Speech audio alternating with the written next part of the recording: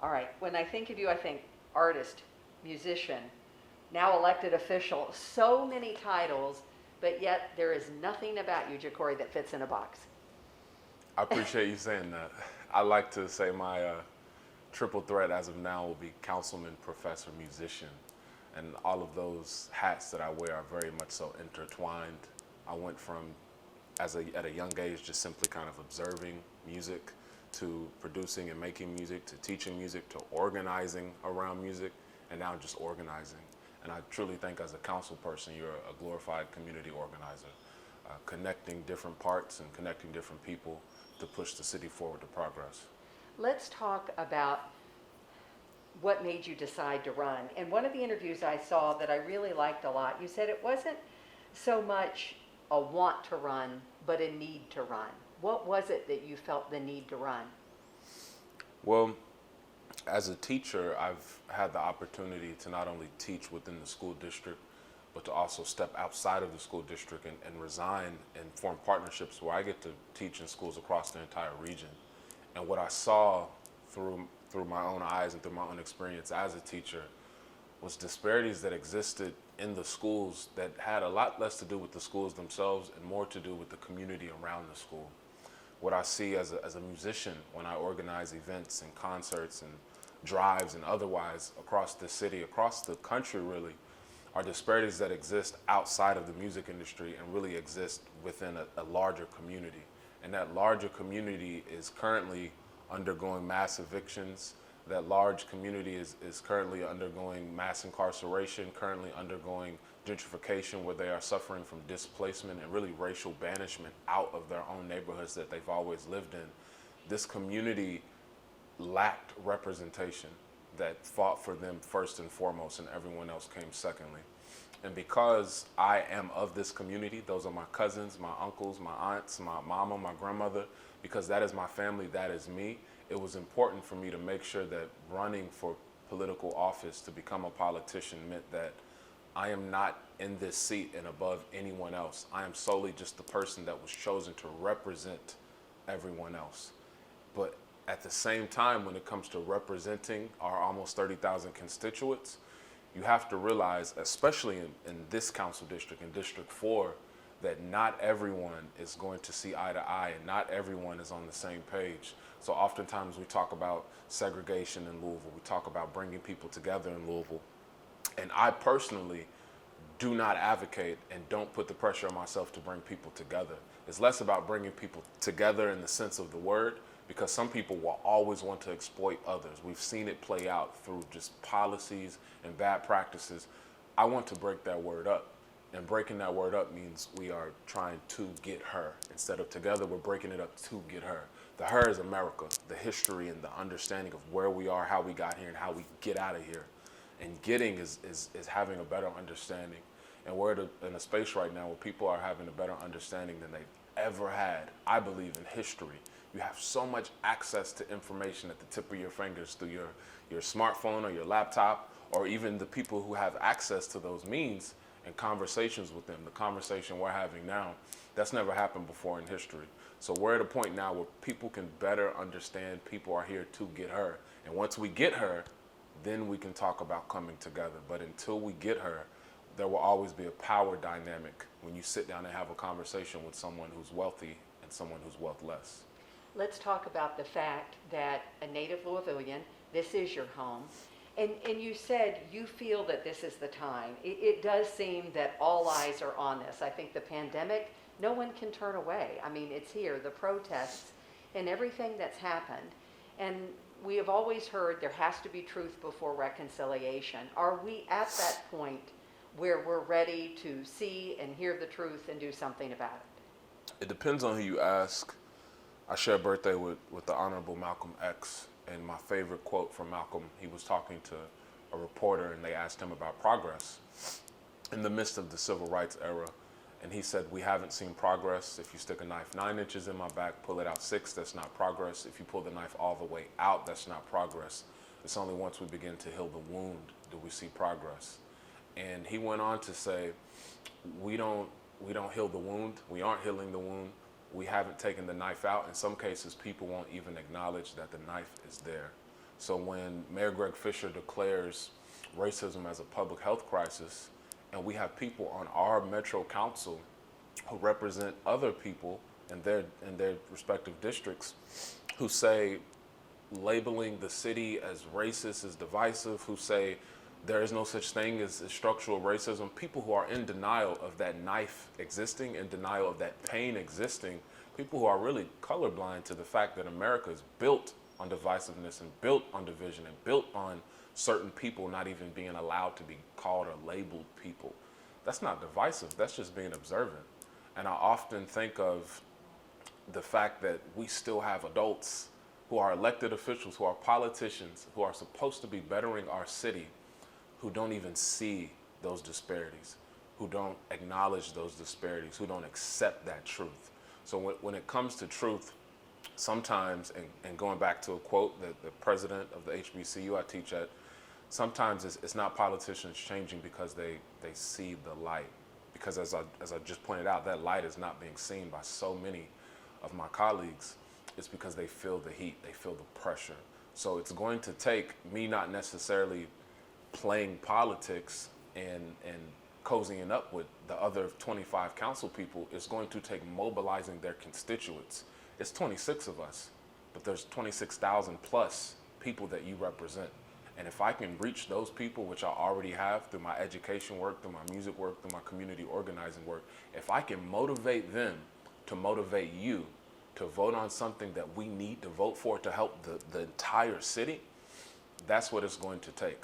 So I'm going into office with that community organizing mindset, and so many people have really made me face opposition. I feel like I've been going through a bullying cycle going into office because they don't like it. They don't appreciate it. They don't want me to think of it in that way. They want me to play my part. Say that again? Wait, who doesn't? My council colleagues. So have you already heard from them? Are you already getting pushback? So the people that I have talked to, I've had nothing but productive conversations with. Councilman Marcus Winkler, I've had some productive conversations with Councilwoman Keisha Dorsey. I've had some productive conversations with Councilman Brandon Cohn. I've had some productive conversations with Councilman Barbara Sexton Smith, who's still the councilwoman as of now. I've had some productive conversations, but it's not what they say to me, it's what they say about me that has them concerned. But I'm concerned about poor people. I'm concerned about black people. I'm concerned about the people who are struggling and suffering the most. So if I'm concerned about them and you're concerned about me, what does that say about you? So let me make sure that I understand then. When you're going in, it's not so much collaboration with council people who you might not see eye to eye on. It's more their constituents. Is that a fair assessment? 1,000%. If that politician is not willing to see the light, going back to that quote again. Right. And in some cases, that's not the case. So we have to make a case through their constituent base. I didn't mean to rhyme, but you know how I do. Yes, I know how you did. I love that about you. So let's talk about the fact what you think the priorities are. Number one priority when you get into office will be addressing what? You've already started addressing a lot of it that I've seen through a lot of your interviews. Absolutely. Everything is rooted in poverty. If we can address poverty, then we can address, we're sitting in downtown Louisville right now. If the people on the outskirts of downtown Louisville, in the Russell neighborhood, the Portland neighborhood, across Broadway in California, over here in Shelby Park, Smoketown, Phoenix Hill, Butchertown area, if the people around downtown Louisville were not impoverished, their support of downtown Louisville would look a lot different than it does right now. But when you have an area of town that I live in where the median income is $15,000, some pockets $9,000, you cannot live on a couple $100 a month or a couple weeks. That doesn't make any sense. And we are barely living with poverty wages in some parts of this city. When you address poverty, you address the economic means of business development, you address housing and the fact that instead of just working on affordable housing, you can just afford your housing because you're not impoverished in your bank account. You address education, you address health, and that's social health, environmental health, physical health. You address crime and the fact that my neighbor doesn't have to feel like they need to kick my door in to put food on the table because they don't think they have an outlet. They committed some crime in the 90s, now they're a felon, and they can't get a scholarship to go to school, they can't purchase a home, they can't get a business loan. you are marked for life once you make some sort of mistake in an environment that you were put into, where you don't control the means of productions for guns and drugs, you don't control the planes and trains and automobiles that dump that into your community. Our well has been poisoned, and it's been poisoned by entities outside of our control. So if we can address poverty, we can address anything. Let's talk about that high crime rate that you talked about. I mean, this year has been devastating with the loss of life and so many young being victim and perpetrator. How do we break that cycle? Because it is troubling in this city. Going back to what I just said about poverty, that is the only way. And oftentimes people say, well, we didn't deal with this amount of crime in the 60s and poverty was just as bad. But what you have to realize about oppression is that it evolves. In the 60s, there was this mobilization of people that hadn't been seen since almost a century beforehand. In the 1860s, when there was mobilization that resulted in war. And that war eventually went on to emancipate enslaved people, my ancestors. But in the 1960s, what we saw was that mobilization in a non-violent fashion that eventually led to the Civil Rights Act, that eventually led to fair housing, that eventually led to all of these different legislative progressions that countered oppression. But then it evolved because Dr. King was shot and killed. He was shot in his face, he was killed. And when he was killed, it's almost like black politics and mobilizing and strategizing was killed with him. Because if you look at the official African-American history in this country, history.com, you'll see all of these different leaps and bounds. But when Dr. King was assassinated, what you see after that are really empty platitudes and specific people that are casted and projected as progress. You see Jesse Jackson running for president. You see Sister Shirley Chisholm running for president. You see Oprah as this media mogul. You see Barack Obama as the first black president, painted as the first black president. You see all of these individuals that are supposed to equal collective uplift, and they do not by any means. Because if Kamala Harris is the first black president, or the first black vice president, the first woman who's a president, what good is a black politician if they don't have black politics? They're just a black face in a high place, and it doesn't fix race. And that is very problematic, and we've kind of gone down this rabbit hole of dealing with it. So going back to what you asked about crime, there's an initiative called the Group Violence Initiative that is supposed to be supported, from what I've seen, by most of our council members. And it's essentially the cheat code to dealing with crime, where you take people who are involved in a social group, AKA maybe a gang, some sort of crew, and you bring them in a space, whether it's individually or as a group, and you say, we know you are committing these crimes, and we are going to give you a way out.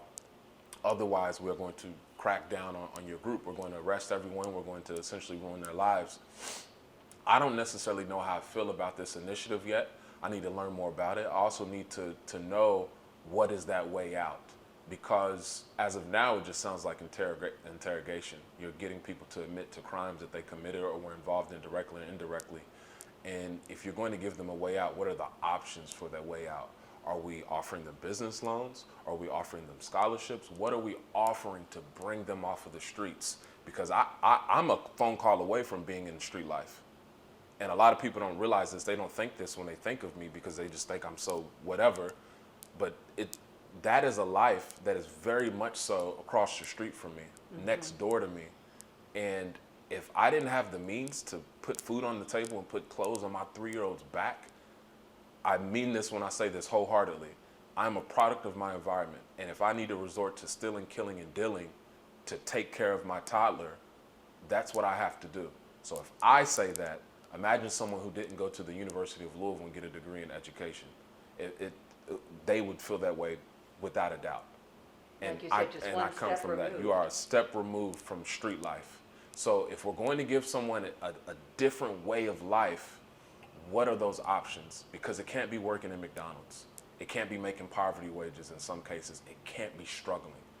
If it's a matter of I struggle working a dead-end job, or I survive hustling in these streets, even though it might result in the disparity of our people, which one am I going to choose to take care of my family? And we have to have that understanding when we go into these initiatives like GVI and really have a perspective of somebody who is a step removed from the streets, because I don't believe that some of our council people are that close or that much of like understanding what it is to be in the streets. I don't see that from some of them, but I am very much so there. I live there, and like I said, that's my family. Let's go back to MLK, because I think that's really interesting that you said it was kind of Messiah politics, and once he was killed. One thing you said in an interview that I saw, when you look to leadership in the black community, you said it should be really no further than the mirror. And I loved that. So we need to be looking in ourselves to lead. Without a doubt, everyone has a role to play. Are related to a symphony orchestra, which of course I have experience performing with. You have your conductor who leads everything, and in some cases that might be me. In some cases that might be a housing expert who, if we're working on a housing initiative. In some cases that might be like a food justice advocate. It depends on what we're working on, because everyone has a different skill set. But in that orchestra, you have your brass section that includes your trumpet players and your trombone players and your tuba player and French horns and whatnot. You have your strings, your viola, your violin, your cello, your upright bass. You have the percussion section, which I'm a percussionist, so it's my favorite. I'm biased. But you have everything from your battery percussion and your snare drum and your bass drum and your timpani to your pitched percussion like your marimba and your vibraphone. You have all of these different roles to be played in the symphony orchestra. And I think of community organizing in the exact same way. So if we are organizing around an issue, let's say we're organizing around the fact that we want better jobs in the Russell neighborhood. Who is conducting? Who is playing trumpet? Who's playing timpani? Who's playing violin? And to translate that to community organizing, it might mean who's going to organize the protests? Who's going to design the flyers? Who's going to distribute the flyers? Who's going to knock on doors and canvass? Who's going to survey the community? Who is going to be our liaison with the politicians who are helping make these decisions? Who's our liaison with the developers? Everyone has a role to play in this symphony orchestra, and that's the way that I think of community organizing. So we mobilize the people, we resolve the issue. One other thing when you talk about community, and I remember a powerful conversation I had years and years ago with Dr. Cosby, and it was to understand the interconnectedness of this whole community. Why the East End, why the West End, why the South End, why all of us need to be concerned about what is happening in the greater community. I mean, that we're all in it together. One can't do well and the other one not. What would you say to somebody who might not live downtown or wherever, why they need to care about what is happening? Other than the obvious, because we're all humans, what would you say? I would say what I've heard throughout my life as law almost is that we are only as strong as our weakest link. So if I live way out in Middletown, which I've taught in Middletown at High Elementary School, and I know that my family is well taken care of, I know the school that my kids go to is well taken care of, my business community is well taken care of, I feel 1,000% comfortable and confident that we can stay out here and our lives are set. My kids are going to school with some of your kids who might live across town. The means of production and the products that I get are going to be serviced to me, maybe by like a waiter who lives across town. Maybe I'm at Target shopping and the cashier. I am connected more than I think I am connected. And we know that social media connects people across all sorts of geographical boundaries. We are always connected whether or not we know it.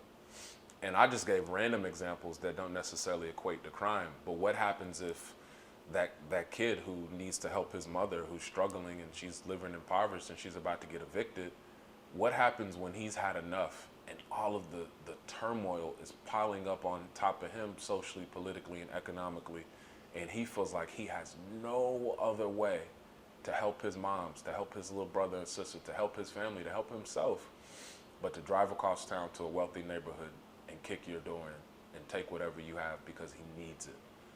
We're always connected, and these random crimes and people paint them as senseless, they make sense to me.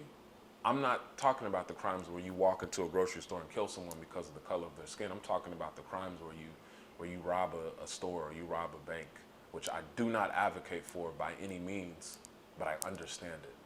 And like I said, these are my family members. These are people who are struggling, who are starving, or are doing anything that they can to take care of themselves because they feel like they don't have an outlet. If there are 10 options in my neighborhood for you to get money and 9 of them are illegal, you are more likely, 90% more likely, to resort to a life of crime. Talk to me about the fact that, as you said, the mayor, we've declared racism a public health crisis.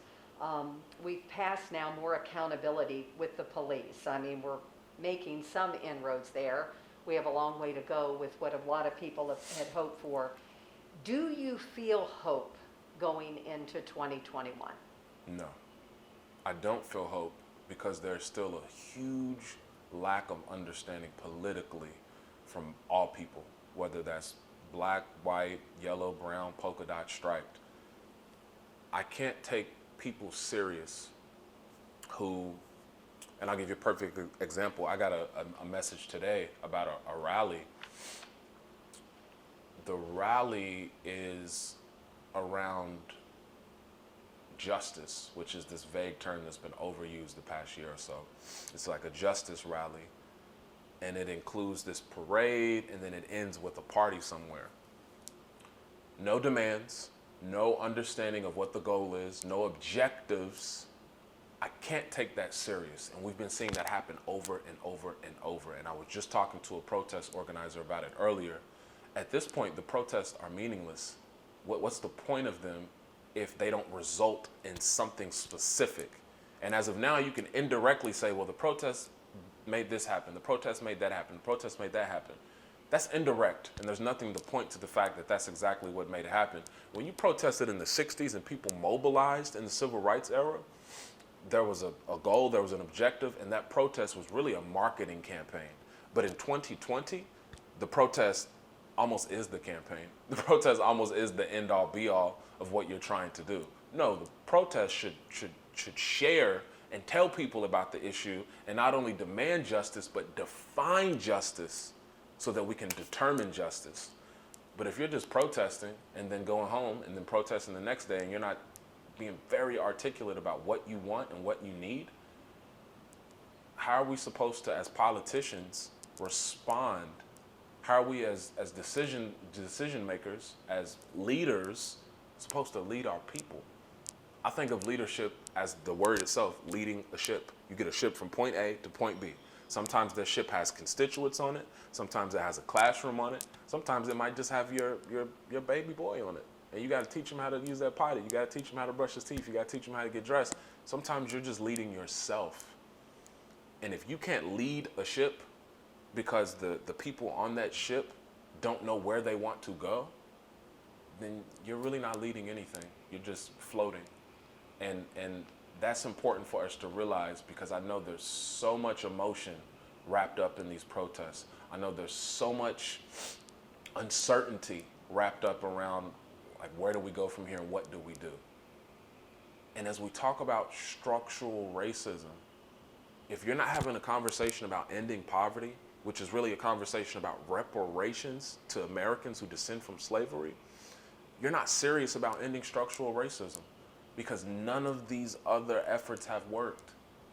It has been over 400 years. I don't think people understand the length of that time and the depth of the issues, multi-generational, multi-dimensional poverty, where you're not just a poor person, your schools are poor, your grocery stores are poor, your housing is poor, your healthcare is poor. Every aspect of your life is less than and inadequate.